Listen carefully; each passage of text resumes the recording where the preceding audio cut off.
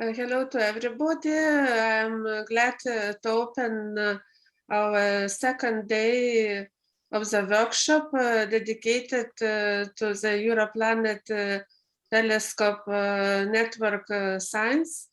And today we will hear presentations related to exoplanets, what can be done using the telescopes of this network. And we start our first presentation by Carolina van Essen, who initiated and is leading the network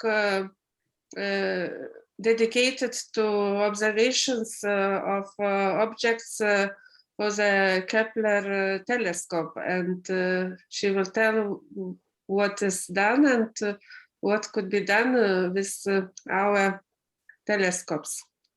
So please, Carolina, share your screen and start. Okay, I hope you can see it. Yes. Excellent. Well, my name is Carolina von Essen. I am assistant professor at Aarhus University and Vilnius University. And I'm actually, for the last year, also senior data scientist in Grundfos, which is a company that makes pumps here in Denmark. So I'm slowly migrating from academia to the private sector. Regardless this, I wanted to tell you a little bit about what I have done from the ground in order to study exoplanets. And for this, I'm going to present you two things: my efforts and some results on KOINet, and what I've done with an engineered diffuser that comes at the very end.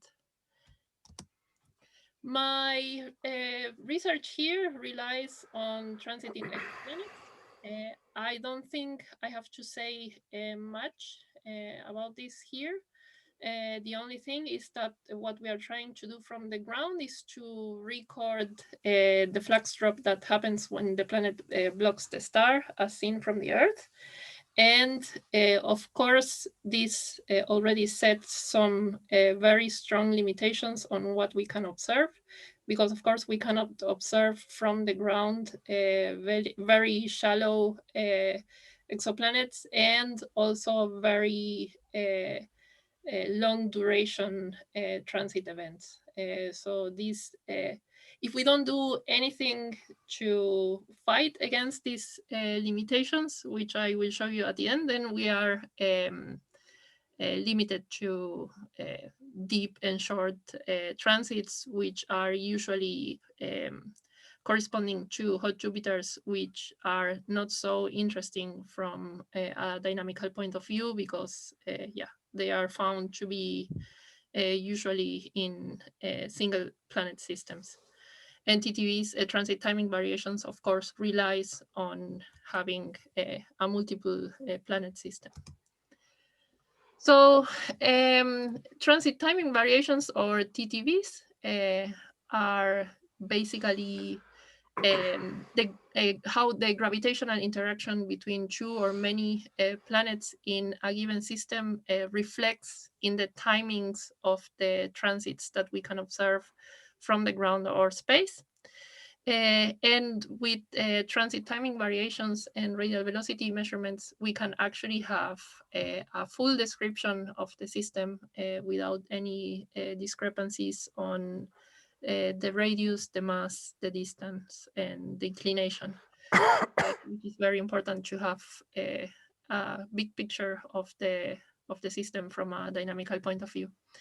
I started with TTVs during my PhD, where I observed from the ground using a 1 meter telescope, actually located in Hamburg, Kata 1B. And yeah, I found some TTVs, but this was in 2012. And since then, I've gained a lot of experience, and I believe what I found is actually just noise that happened because the error bars were the timing error bars were underestimated.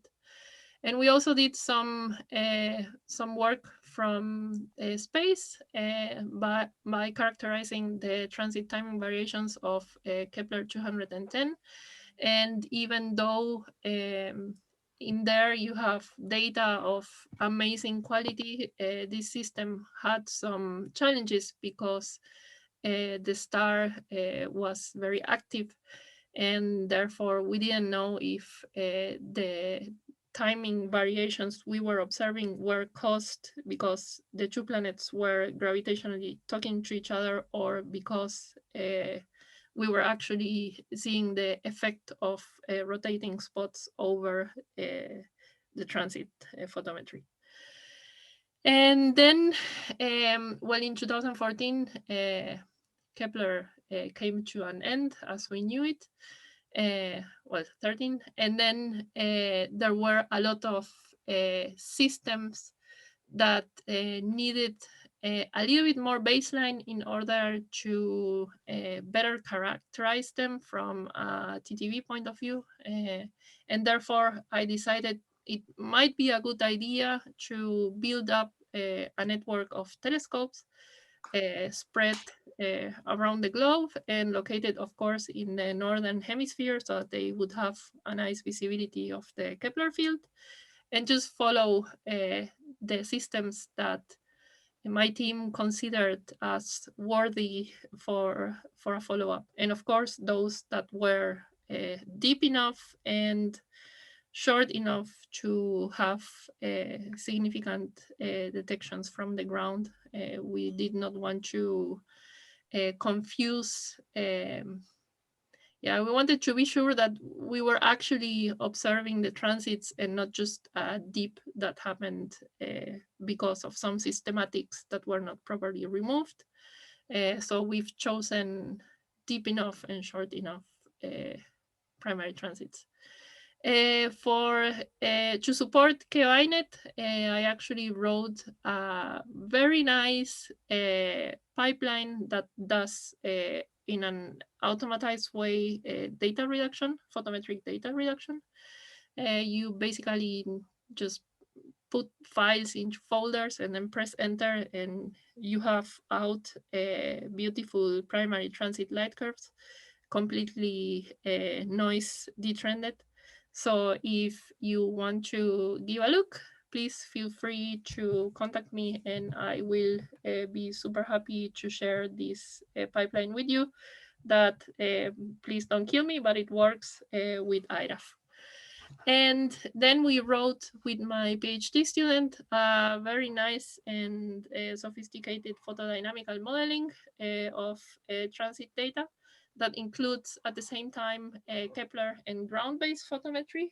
And I would also be willing to, of course, share this code that we wrote with you. So in the map on the left, you can actually see the location of the telescopes that I coordinated. Some of them had in-kind time in which people or researchers owned the telescope, so they just shared some time into the network. And some other telescopes, we were actually applying for telescope time. I wrote like 100, 100 time applications in no time.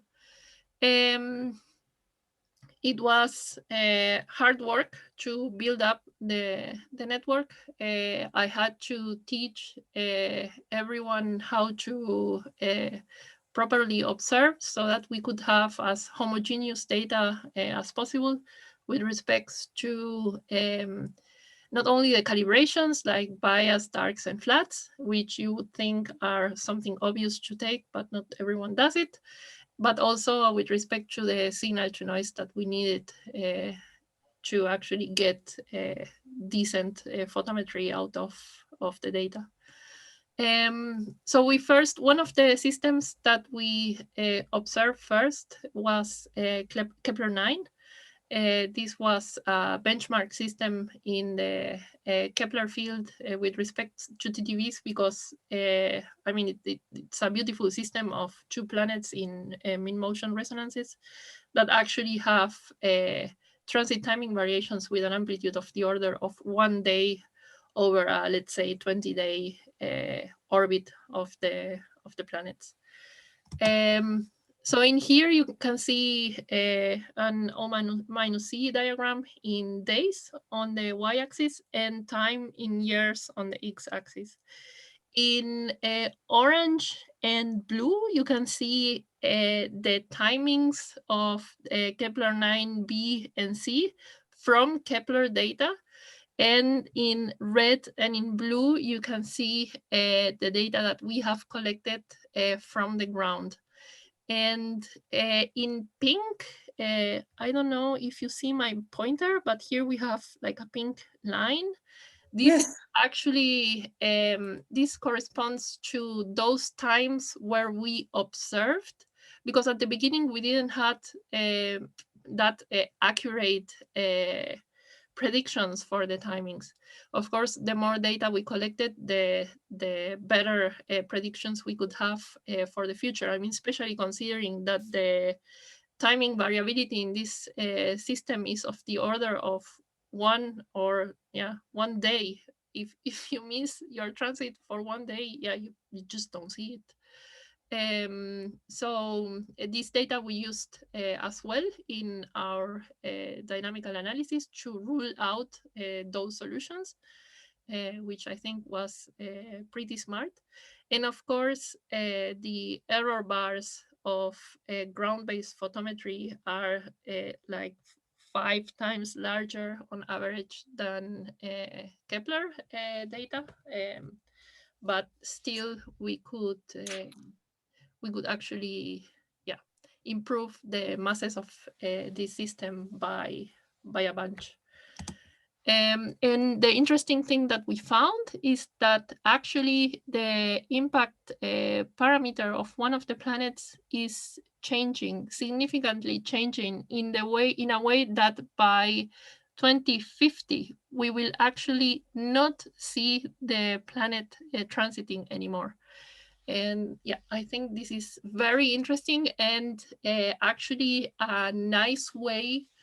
I mean, if anyone would have a very accurate photometric telescope from the ground, I would actually be observing this system for the many years to come in order to investigate the star, how limb darkening of the star changes, because this planet is going to map exactly that when it moves away from transiting the star, as seen from our perspective, of course. And then it was Kepler 82. That's another system that we have investigated as well. In here, you can see, again, on the y-axis, the O minus C diagram in hours, in this case, not in days, and on the x-axis, the time in years. Black points correspond to the TTVs of the 2 planets, the 2 transiting planets of Kepler data, and red dots, like this one and this one, are our observations, and again the pink lines are observations that we did where we did not observe any transit. So this system is actually very interesting because the TTVs of the 2 planets are actually not anticorrelated, which is what we would expect if there were only 2 planets in the system. The density ratios that we were getting from investigating the TTVs only were actually too high. And there are, I don't know if you see them, but there are these very weird jumps and super clear on Kepler data on Kepler 82c that we could also not explain with having 2 planets only. So what we did is we proposed a 3rd planet, and this explained the anti-correlation, the non-anti-correlation of the TTVs. The why is that the density ratios were too high. Actually, when we added this third planet as a solution, we these high density ratios went away, and then these unexplained jumps were perfectly explained by the presence of this third planet. And yeah, it's actually 3 planets in mean motion resonances. And then another evidence that this third planet was actually a good solution is that the geochronological ages and the model ages actually match pretty well. And the last thing I wanted to tell you, that this might be very interesting for the network, is the use of engineered diffusers. I actually right now, Aarhus University owns the Nordic Optical Telescope, and in there, I had the opportunity during my postdoc to build up an engineered diffuser. This is basically a filter that you put in the path of the light, and that you use it simultaneously to a photometric filter. And what it does, as the name suggests, is to diffuse the light in a very smooth way. And what this does is to, of course, spread the flux of your stars into more pixels. And this diminishes the amount of noise that your photometry has. So in here you can see in the middle, well, on the left side, you can see an image of the same field of view with and without diffuser, with on the top and without on the bottom. And in here you can see a transit of TRES 3B taken without a diffuser, and on the very right taken with an engineered diffuser. And as you can see from the final noise, after we reduced the data with the pipeline I presented you before, we achieved a photometric precision of below 1 millimag. I think it was like 0.5 millimags, which from the ground is actually pretty good on a 11 or 12 magnitude star. So yeah, I think if you're going to aim at getting good quality photometry, this is actually a pretty nice tool. And the engineered diffusers, I mean, we have been lately working so much on them that right now the prices have dropped down significantly, because now the companies know how to do them. And yeah, I guess that's it. And thanks a lot for the opportunity to present my work. Thank you, Carolina. Very important input in analyzing exoplanets and finding extra exoplanets in the systems. Do we have questions from participants?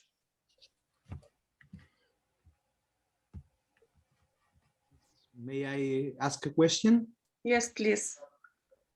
Hello, Carolina. Thank you for the informative talk. I'm Alexios Diakos from National Observatory of Athens. We have collaborated in the past. Yes. From Crioneri Telescope. Hi. But the first time I meet you. Yeah. I would like to clarify a bit about your argument regarding the diffusers. Yes. What's practically the difference between using this diffuser or just make some unfocus on the instrument? Well, the defocus, in order to reach this photometric precision, you need to defocus very much. You need these donut-shaped features. And the problem is that when you defocus the telescope so much, you don't do it unless you have a perfectly collimated telescope, you don't do it in a way that the defocused image is homogeneous. You normally have, like, if you imagine the donut, you normally have like a spot, a corner that is brighter. And this creates a lot of noise. And of course, the degree of defocus makes that the PSF of different stars start overlapping between each other, and that's actually not good too. But I would say that the largest argument is that the shape of the defocused star is not as homogeneous as the one using the diffuser, which is perfect, and that's the big difference, decreasing the noise, the final noise. Okay, thank you very much. You're welcome.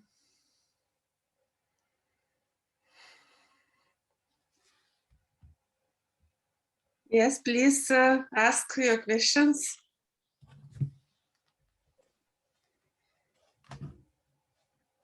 If somebody would like to receive advices from Carolina, I believe that we will help for those who are interested in exoplanet transit observations.